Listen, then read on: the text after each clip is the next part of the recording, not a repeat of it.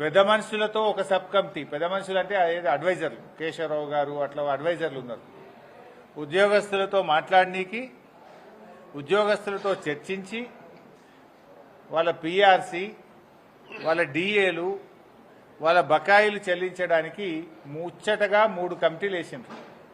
మంత్రులతో sub committee, IAS అధికారులతో sub committee, పెద్ద మనుషులు అడ్వైజర్లతో ఒక సబ్ కమిటీ. ఏదో అంటారు చూడు,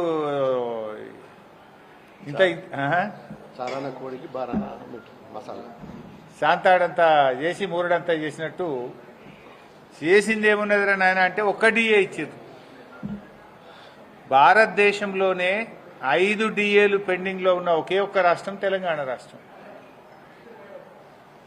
ఇలా ఒక డిఏ ఇవ్వడానికి 3 కమిటీలేంది, ముచ్చట్లేంది, 5 గంటల కేబినెట్ లో చర్చ ఏంది, ఆ ఒక డిఏ ఇచ్చుడేంది.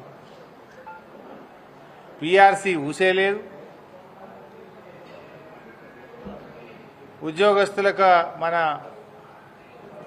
ఓపీఎస్, సిపిఎస్ అంటే ఓల్డ్ పెన్షన్ స్కీమ్ తెస్తామని చెప్పి హామీ ఇచ్చింది కాంగ్రెస్ ప్రభుత్వం. ఓపీఎస్ గురించి మాట్లాడరు, పిఆర్సీ గురించి ప్రస్తావనే లేదు. ఒక్క డిఏ ఇస్తామని ఇంకా అదేదో పెద్ద గొప్ప పని చేసినట్టు ఇంకా చెప్పుకుంటా ఉన్నారు. ఇంకా రెండో డిఏ వచ్చే ఏప్రిల్ ఇస్తాడు, అప్పటికి ఇంకో 2 వస్తాయి.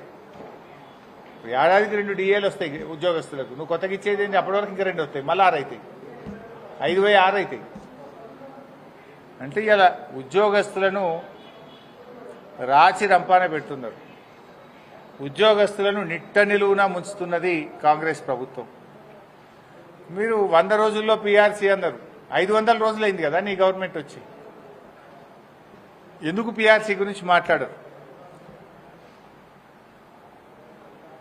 కేసీఆర్ గారి ప్రభుత్వం 73% పీఆర్సీ ఇచ్చింది.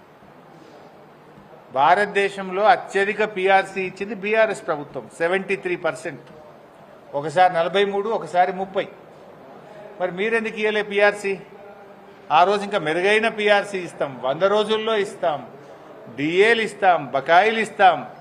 ఏమైంది? ఆ రోజు అర్రాస్ పాట పాడింది.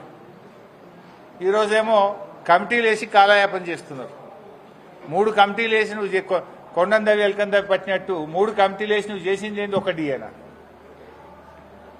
ఇప్పటికైనా బీఆర్ఎస్ పార్టీ డిమాండ్ చేస్తుంది, తక్షణమే 3 డిఏలు చెల్లించాలని ఉద్యోగుల పక్షాన బీఆర్ఎస్ డిమాండ్ చేస్తుంది. ఓల్డ్ పెన్షన్ స్కీమ్ మీరు ఇచ్చిన మాట ప్రకారంగా ఓపీఎస్ ను తీసుకురావాలని కోరుతున్నాము. తక్షణమే బీఆర్ఎస్ ఇచ్చిన దానికంటే ఎక్కువ ఉద్యోగస్తులకు ఇవ్వాల్సినటువంటి పీఆర్సీని ఇవ్వాలని మేము డిమాండ్ చేస్తున్నాము. మేము 43 ఇచ్చాం, మీరు అంతకంటే ఎక్కువ ఇవ్వండి, ఇస్తామన్నారు కదా. ఇలా ఉద్యోగస్తుల్ని ఏసీబీ కేసులు పెట్టి విజిలెన్స్ దాడులతోని రాచి రంపాన పెడుతున్నారు ఉద్యోగస్తులను, భయభ్రాంతులకు లోన్ చేస్తున్నారు ఉద్యోగస్తులను. ఇలా రాష్ట్రంలో అప్పులేని పంచాయతీ సెక్రటరీ లేడు.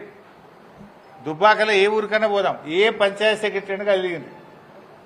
గవర్నమెంట్ నుంచి ₹1 రాక జీతం డబ్బుల నుంచి అప్పు తెచ్చి మిత్తికి తెచ్చి గ్రామ పంచాయతీలు ఇలా పంచాయతీ సెక్రటరీలు నిర్వహిస్తా ఉన్నారు. ఏ పంచాయతీ సెక్రటరీ కన్నా ₹1 లక్ష, 2 లక్షల అప్పు. అసలు వాళ్ళకు ₹1 వస్తలేదు గ్రామ పంచాయతీ. ఊళ్ళోనేమో సర్పంచులు లేరు. ప్రజలు ఏమైంది? మోటార్ కాలిపోయింది సంగతి ఏందని సెక్రటరీ మీద పడుతుంది. బుగ్గలు కాలిపోయినాయి, బుగ్గలు ఎప్పుడు వేస్తామని సెక్రటరీని అడుగుతుండ్రు. గ్రామ పంచాయతీలో చూస్తేనేమో 0. ఉద్దర తెచ్చి మిత్తికి తెచ్చి అప్పు తెచ్చి డీజిల్ పోసి నడుపుతున్నారు. సగం గ్రామ పంచాయతీల్లో ట్రాక్టర్లు మూలగబడ్డాయి. అయితే కొన్ని ఊళ్ళలో 2 రోజులకు ఒకసారి నడుపుతున్నారు ట్రాక్టర్, కొన్ని ఊళ్ళలో వారానికి ఒక్కనాడు నడుపుతున్నారు, కొన్ని ఊళ్ళలో దినం తప్పించి దినం నడుపుతున్నారు, కొన్ని ఊళ్ళలో డీజిల్ లేదని సపరేట్గా జాకీలు ఎక్కించి పక్కకు పెట్టారు ట్రాక్టర్లు. కేసీఆర్ ఉన్నప్పుడు పల్లెలకు పట్టం కట్టిండు, పల్లెలను స్వర్గసీమలుగా తయారు చేసిండు. కేసీఆర్ హయాంలో అవార్డులంటే తెలంగాణ పల్లెల పేర్లు లేకుండా ఈ దేశంలో అవార్డులే లేవు. కాంగ్రెస్ వచ్చింది, అవార్డులకు మంగళం పాడింది, గుండు 0. ఒక్క అవార్డు వస్తలేదు, ఒక్క అవార్డు కూడా దిక్కులేదు. మొత్తం పంచాయత్ సెక్రటరీలు రాష్ట్రంలో 1 లక్ష నుంచి 3 లక్షల అప్పుల పాలైపోయారు. బంగారం కుదబెట్టి అప్పులు తెచ్చి పంచాయత్ సెక్రటరీలు ఇలా గ్రామాలు నిర్వహిస్తూ ఉన్నారు. ఈ రకంగా చాలా దుర్మార్గంగా కాంగ్రెస్ ప్రభుత్వం వ్యవహరిస్తూ ఉంది.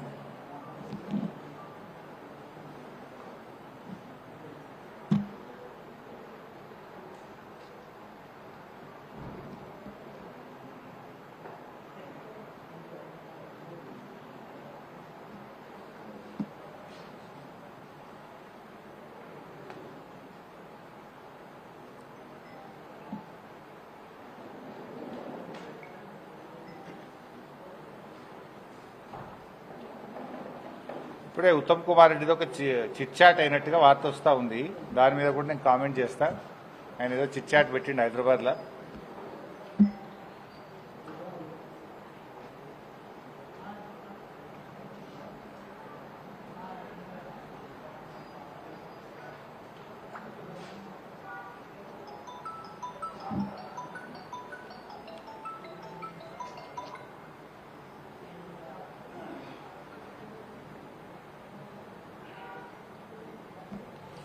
ఉత్తమ్ కుమార్ రెడ్డి రేవంత్ రెడ్డిని మించిపోతున్నాడు.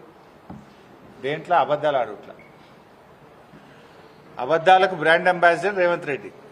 కానీ నిన్నయాల ఉత్తమ్ కుమార్ రెడ్డి రేవంత్ రెడ్డిని కూడా మించిపోతున్నట్టు. ఎందుకంటే అబద్దాలాడి రేవంత్ రెడ్డి సీఎం అయిండు. నేనే ఆయన కంటే తక్కువ అబద్దాలు ఆడినా అందుకే సీఎం కాలేదు అనుకుంటుండో ఏందో. నేను రేవంత్ రెడ్డిని మించిన అబద్దాలు ఆడతా అనుకుంటుండే ఈ మధ్యలో ఉత్తమ్ కుమార్ రెడ్డి. సో అబద్దాలకు బ్రాండ్ అంబాసిడర్ రేవంత్ రెడ్డి అయితే ఆ బ్రాండ్ అంబాసిడర్కు తాత ఈ ఉత్తమ్ కుమార్ రెడ్డి తయారైపోయింది. ఆ గోబల్ సెంట్ ఆయన బతుకుంటే ఉరి పెట్టుకుంటుండే ఉత్తమ్ కుమార్ రెడ్డి అబద్దాలు చూస్తే అబ్బా వీడియో కూడా నన్ను మించిపోయింది అనుకుంటుండే. అట్లా తయారైపోయింది ఉత్తమ్ కుమార్ రెడ్డి. మాట్లాడితే అబద్దాలే. ఇవాళ కూడా మాట్లాడుతూ రాయలసీమ లిఫ్ట్ ఇరిగేషన్ గురించి మాట్లాడుతున్నాడు. రాయలసీమ లిఫ్ట్ ఇరిగేషన్ పనులను గ్రీన్ ట్రిబ్యునల్ ద్వారా స్టే తెచ్చి పనులు ఆపిందే బీఆర్ఎస్ ప్రభుత్వము. రాయలసీమ ఎత్తిపోతల పథకాన్ని అపెక్స్ కమిటీ